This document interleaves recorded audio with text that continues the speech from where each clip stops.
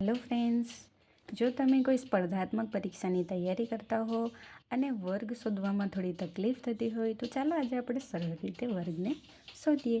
એક એક્ઝામ્પલ તરીકે આપણે પહેલાં લઈએ સૌથી નાનો અંક, જેમ કે 11નો વર્ગ. 11નો વર્ગ શોધતા પહેલાં આપણે શું કરવાનું? પ્રથમ અંકનો વર્ગ કરવાનો, જેમ કે 1નો વર્ગ 1 જ આવે હંમેશા, અને બીજા અંકનો વર્ગ કરવાનો, તે બી 1નો વર્ગ 1 જ આવે, અને ત્યારબાદ આ બે જે અંક છે તેનો ગુણાકાર ગુણ્યા 2, જેમ કે 1 ગુણ્યા 1 ગુણ્યા 2 એટલે કેટલા આવશે? 2.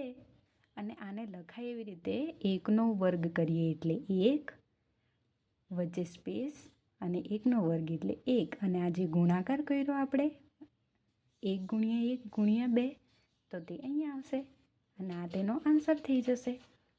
એવી જ રીતે હવે આપણે મોટી સંખ્યા કોઈ બીજી લઈએ, જેમ કે 67નો વર્ગ.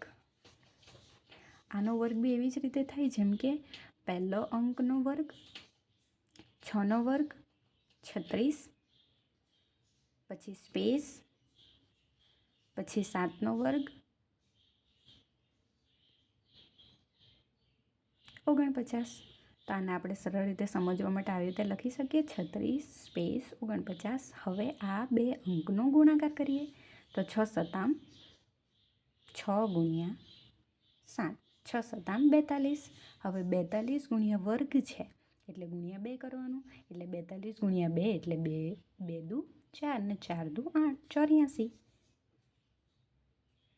હવે આવી રીતે આટલી મોટી સંખ્યા આવે ત્યારે આ એકમનો અંકનો એક અંક લખી દશમને વર્દી તરીકે લઈ હવે એને પ્લસ કરીએ તો 84 ને 4 88નો 88 થશે. 88નો 8 વધી 8, 36 ને 8 કેટલા થશે?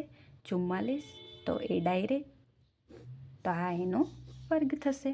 એવી જ રીતે હજી એક સંખ્યા લઈને આપણે સમજીએ, જેમ કે 92નો વર્ગ.